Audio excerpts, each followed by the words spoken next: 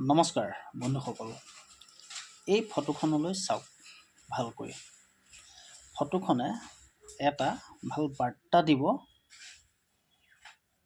যেতিয়া আপুনি কোনো এটা কামত আগবাঢ়ে, আপোনাক ছাপোৰ্ট কৰিবলৈ কোনো নাথাকে বা কম থাকে।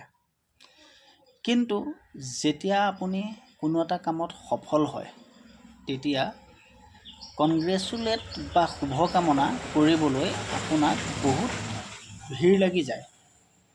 আৰু ভুলো নহয়, কাৰণ উদয় হোৱা সূৰ্যটোক সকলোৱে প্ৰণাম জনায়।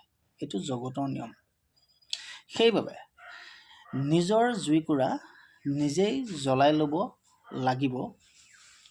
নিজৰ উত্তাপখিনি নিজেই আনি ল'ব লাগিব। নিজৰ সফলতাৰ ৰাস্তা নিজেই বনাই ল'ব লাগিব।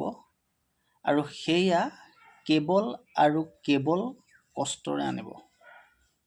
সদায় কষ্ট কৰক, মন লগাই কষ্ট কৰক আৰু কৰিয়ে থাকক যেতিয়ালৈকে সফল নহয়।